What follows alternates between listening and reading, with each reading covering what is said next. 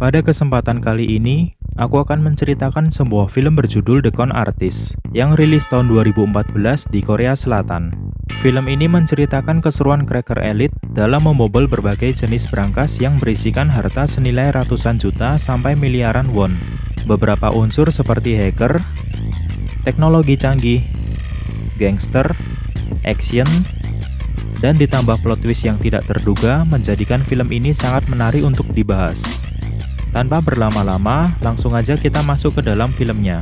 Dan silahkan subscribe kalau kamu suka sama video di channel ini.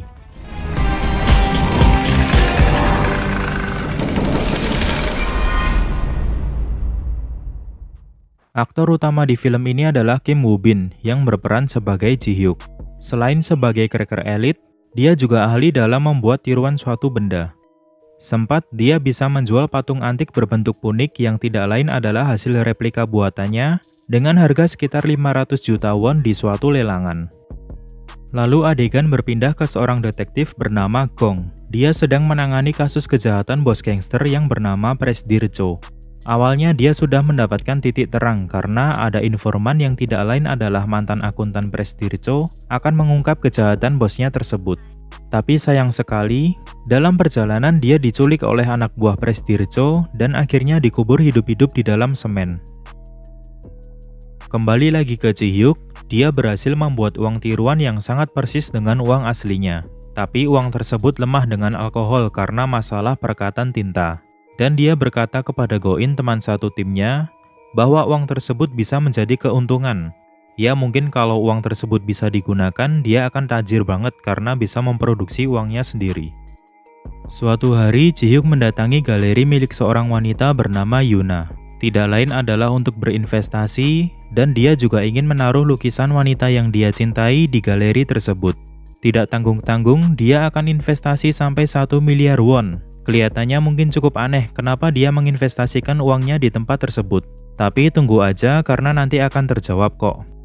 Walaupun begitu, sebenarnya dia belum memiliki banyak uang dan dia sedang merencanakan suatu kejahatan untuk menghasilkan uang. Tapi dia membutuhkan seorang hacker untuk membantu aksinya. Dan terpilihlah Jong Bae, seorang hacker profesional namun reputasinya buruk karena ada rumor beredar bahwa dia dulu pernah mengkhianati rekannya. Namun, Ji Hyuk tetap percaya untuk merekrutnya.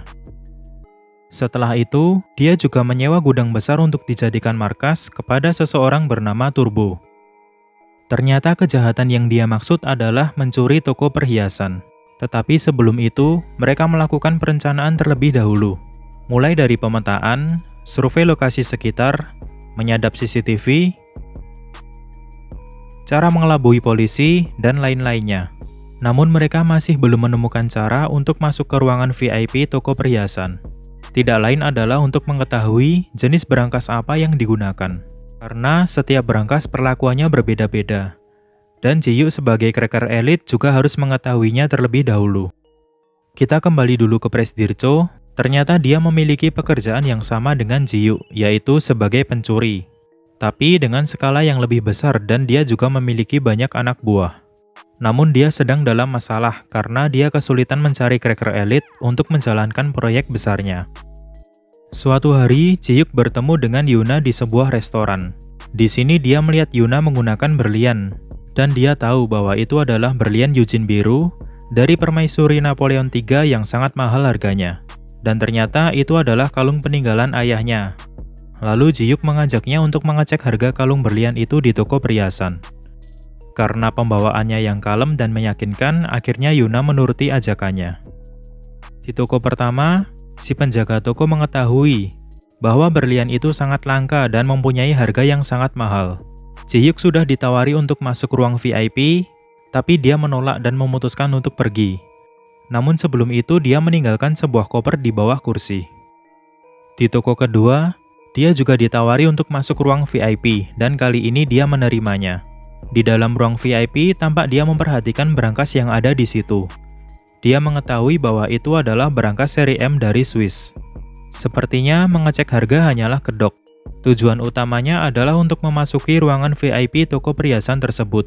Dan untuk mengetahui jenis berangkas apa yang digunakan. Karena hanya orang yang memiliki perhiasan mahal dan langka yang bisa masuk ke ruangan tersebut. Lalu kenapa di toko pertama dia menolak masuk dan malah meninggalkan koper di bawah kursi? Kita akan segera mengetahuinya. Hari pencurian pun tiba. Di sini mereka melakukan tugasnya masing-masing dengan sangat rapi. Koin berpura-pura mabuk dan menempelkan peledak di kaca, lalu dia mengacau sampai alarm berbunyi. Setelah itu polisi datang dan mengira itu hanyalah ulah orang yang mabuk.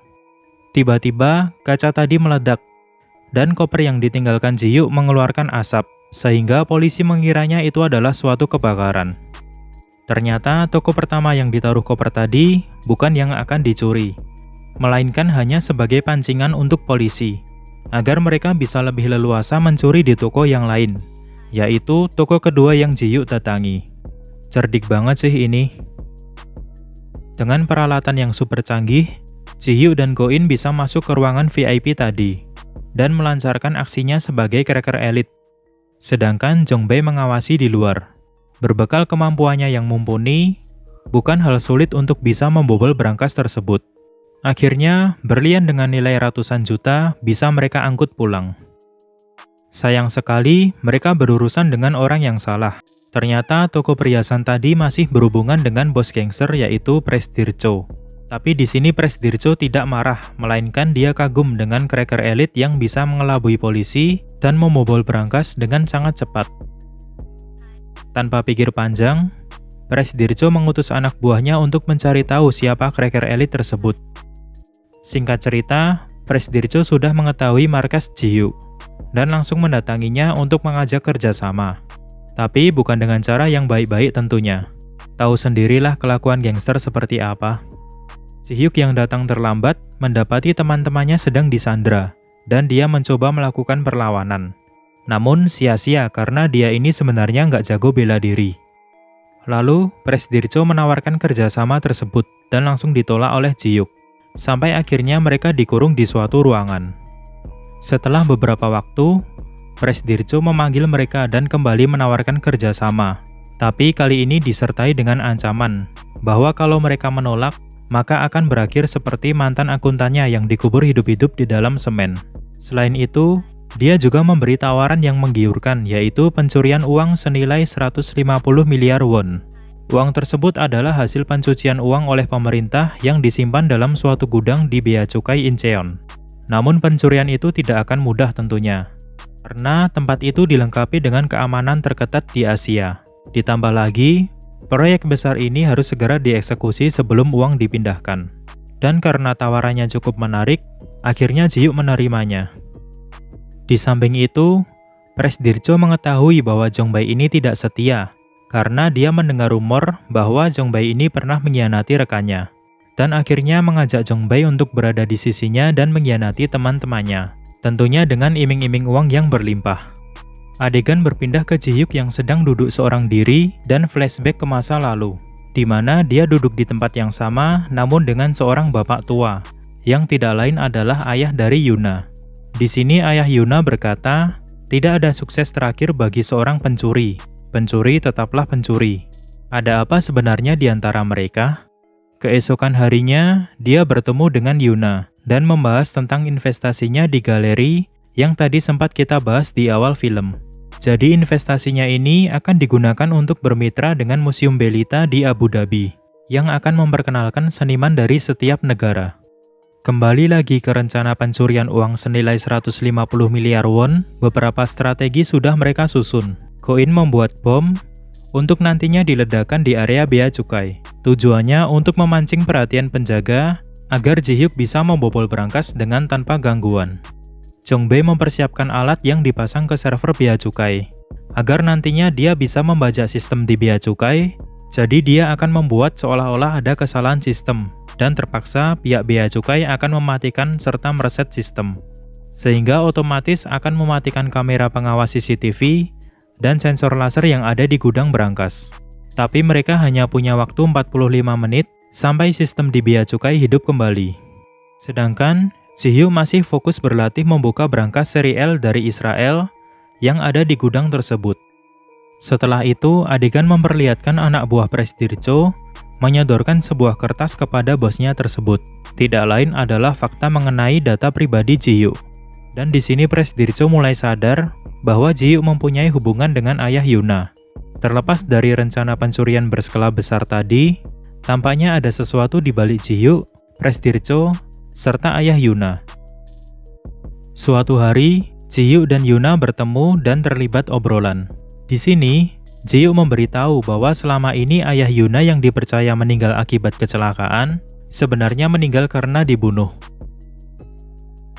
Setelah obrolan tersebut, tampak Yuna sangat marah kepada Ji-hyuk karena menyembunyikan sesuatu darinya selama ini. Dan saat memasuki mobil untuk pulang, tiba-tiba dia dibekap dari belakang dan diculik.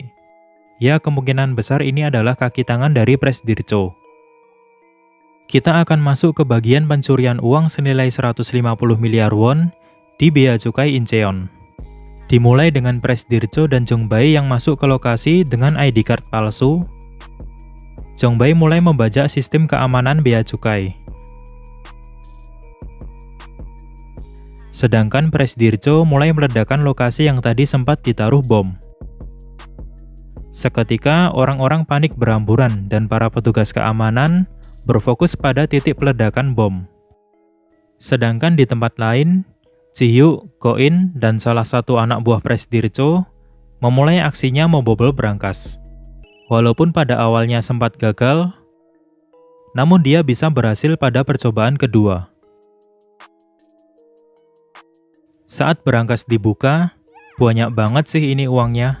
Akhirnya mereka memindahkan uang tersebut menggunakan mobil pickup untuk nantinya diangkut menggunakan bot di pinggir dermaga. Namun dikarenakan uangnya sangat banyak, maka tidak cukup hanya sekali angkut, jadi mereka harus bolak-balik mengambil uang.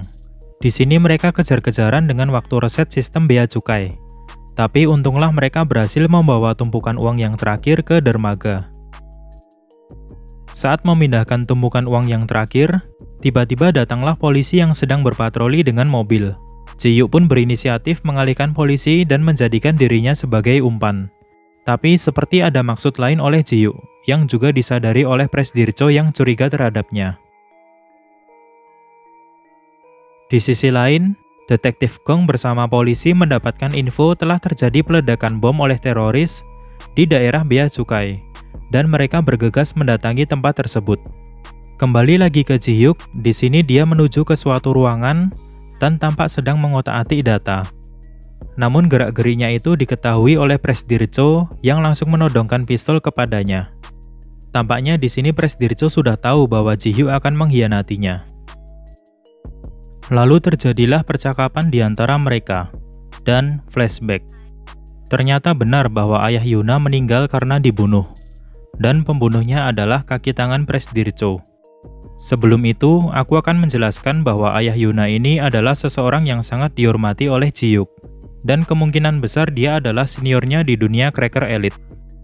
Sedangkan kenapa Presdircho membunuhnya? Itu karena Presdircho sempat menawarkan kerjasama kepada ayah Yuna untuk melaksanakan aksi pencurian dengannya. Karena seperti yang kita ketahui, bahwa Presdircho selama ini mencari orang yang ahli di bidang cracker elite. Namun ayah Yuna menolak dan akhirnya dibunuh. Di sini tampaknya Ji-hyuk akan mengkhianati Presdircho untuk membalaskan dendam karena ayah Yuna sudah dibunuh. Ji-hyuk yang sudah tertangkap disuruh menyerahkan diri kepada polisi dengan membawa bom. Dan dia diancam kalau berani macam-macam, maka Yuna yang sudah diculik akan dicelakai. Ternyata benar, dia yang telah menculik Yuna dan dijadikan sandera.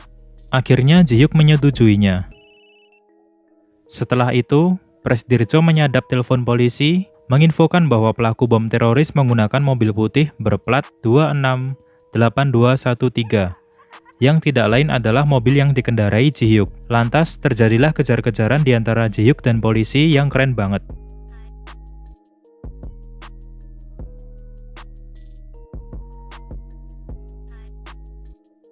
Akhirnya Ji-hyuk berhenti di pinggiran dermaga dengan membawa koper. Polisi tidak berani menangkapnya karena tahu isi koper tersebut adalah bom. Ji-hyuk memanfaatkan kesempatan ini untuk kabur dengan melompat ke air. Tapi sebelum mendarat ke air, dia sudah tertembak. Dan bom diledakkan oleh Presdircho. Setelah itu Presdircho menginfokan kepada para anak buahnya bahwa Ji-hyuk sudah mati.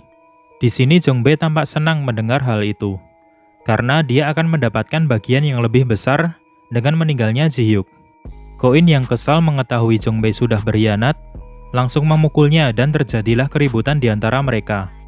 Sampai-sampai Jong Bae menusukkan pisau ke perut Ko In. Wah, bener-bener busuk banget sih pengkhianat seperti ini. Anak buah Presdir Cho yang melihat Ko In tertusuk pisau, terlihat biasa saja karena mereka tahu bahwa Jong Bae ada di pihak mereka. Setelah itu, Ko In yang sedang sekarat dikurung di dalam peti kemas. Aksi pencurian sudah selesai, dan memperlihatkan tumpukan uang tadi diangkut menggunakan truk ke markas Presdir Cho. Saat dibuka, tumpukan uang sudah di depan mata. Sungguh alur cerita yang gak tertebak kan? Tapi tunggu dulu, justru plot twist belum aku mulai. Saat dicek lebih lanjut, ternyata itu adalah uang palsu yang berbentuk kupon. Setelah itu dia mendapatkan telepon dari Ji Hyuk yang dikira sudah mati, ternyata keadaannya sehat sentosa. Tapi bukannya dia sudah mati tertembak? Tentu saja tidak. Yang menembaknya adalah Turbo, temannya sendiri. Dan itu bukan senapan asli, melainkan hanya pemicu untuk alat yang sudah digunakan oleh Ji Hyuk. Jadi saat ditembakkan, alat tersebut akan bereaksi seolah-olah Ji Hyuk sedang tertembak. Dan darahnya pun juga darah palsu. Tak lama kemudian, polisi berdatangan. Di sini Detektif Gong sudah mendapatkan surat kuasa untuk menahan Presdir Cho. Dan tentu saja, Ji Hyuk dibalik semua ini. Ternyata selama ini dia telah merekam suara Presdir Cho, termasuk ucapannya tentang akuntan yang tadinya akan menjadi informan, dibunuh dengan dikubur di dalam semen. Dan tentu saja atas kejahatan-kejahatannya selama ini. Presdir Cho yang sudah merasa terkepung akhirnya kabur lewat pintu belakang dan menyuruh anak buahnya untuk menghabisi Yuna yang sudah diculik. Namun dalam usahanya kabur, dia terlihat oleh Detektif Gong dan langsung dikejar. Setelah itu adegan memperlihatkan Yuna dengan posisi tangan terikat didatangi oleh seseorang. Tebak siapa? Ternyata itu adalah Jong Bae. Dia datang untuk menyelamatkannya. Lah, berarti dia nggak berkhianat selama ini. Jadi sejak awal, dia memang tidak berkhianat. Dia hanya berpura-pura menjadi pengkhianat atas arahan dari Ji Hyuk. Lalu kenapa dia menusuk Ko In? Ternyata ini juga settingan. Sebenarnya dia menusukkannya dengan pisau mainan, dan darahnya pun juga darah palsu. Lalu diperlihatkan, Ko In dan Jong Bae kembali ke markas Presdir Cho. Mereka berpura-pura sebagai polisi dan membawa tumpukan uang yang ada di dalam truk tadi. Loh, bukannya itu uang palsu? Lalu mau diapakan? Nanti akan aku jelaskan kok. Di tempat lain, Presdir Cho yang sedang kabur, tiba-tiba ditabrak oleh Ji Hyuk sampai mobilnya terhempas. Di sini tampak dia sudah sempoyongan dan memberikan kalung milik Yuna. Walaupun dia mencoba melawan, tetapi percuma, karena Ji Hyuk tidak semudah itu untuk dikelabui. Akhirnya, Turbo datang menjemput Ji Hyuk, lalu mereka pergi. Sedangkan polisi juga datang menjemput Presdir Cho untuk dipenjara. Sampai di sini belum selesai, karena kita belum membahas soal uangnya tadi. Jadi, uang yang terlihat palsu tadi sebenarnya asli. Ingat kan di awal film tadi, Ji Hyuk sedang mencetak uang palsu dengan tinta. Dan tinta ini juga yang disemprotkan ke uang curian tersebut. Alurnya seperti ini. Tadi sempat diceritakan, saat akan memindahkan tumpukan uang terakhir, tiba-tiba muncul polisi berpatroli dengan mobil. Sebenarnya itu adalah Turbo dan teman-temannya. Di saat anak buah Presdir Cho sedang bersembunyi di dalam kapal boot, mereka melakukan manipulasi terhadap uang dengan menyemprotkan tinta. Jadi tampilan uang tadi akan berubah menjadi uang palsu seperti kupon. Namun perubahannya membutuhkan waktu. Sehingga saat anak buah Presdir Cho memindahkannya, tidak curiga karena masih dalam wujud aslinya. Sementara saat sudah masuk truk, tintanya mulai kelihatan. Itulah mengapa saat dicek oleh Presdir Cho, sudah dalam wujud kupon. Tetapi seperti yang kujelaskan di awal film, tinta ini tidak permanen karena lemah terhadap alkohol. Dan setelah itu, adegan memperlihatkan uang tadi dicuci, sampai tintanya luntur, dan memperlihatkan wujud aslinya. Beralih ke Yuna, dia tiba-tiba menemukan tas di depan pintunya. Di tas itu berisi foto dirinya dengan ayahnya, dan tumpukan uang. Tampak juga tulisan, Ini investasi sesuai janji. Maaf terlambat. Yang tidak lain adalah dari Ji-hyuk. Setelah itu adegan berpindah ke Museum Belita di Abu Dhabi. Museum inilah yang tadi sempat Yuna sebut akan menjadi mitranya. Tetapi di sana dia merasakan sesuatu hal yang aneh. Karena melihat kalung miliknya dipajang dan terdapat tulisan bahwa itu adalah barang spesial dari Korea Selatan. Lalu dia melangkah lagi dan menemukan lukisan dirinya terpampang di museum itu.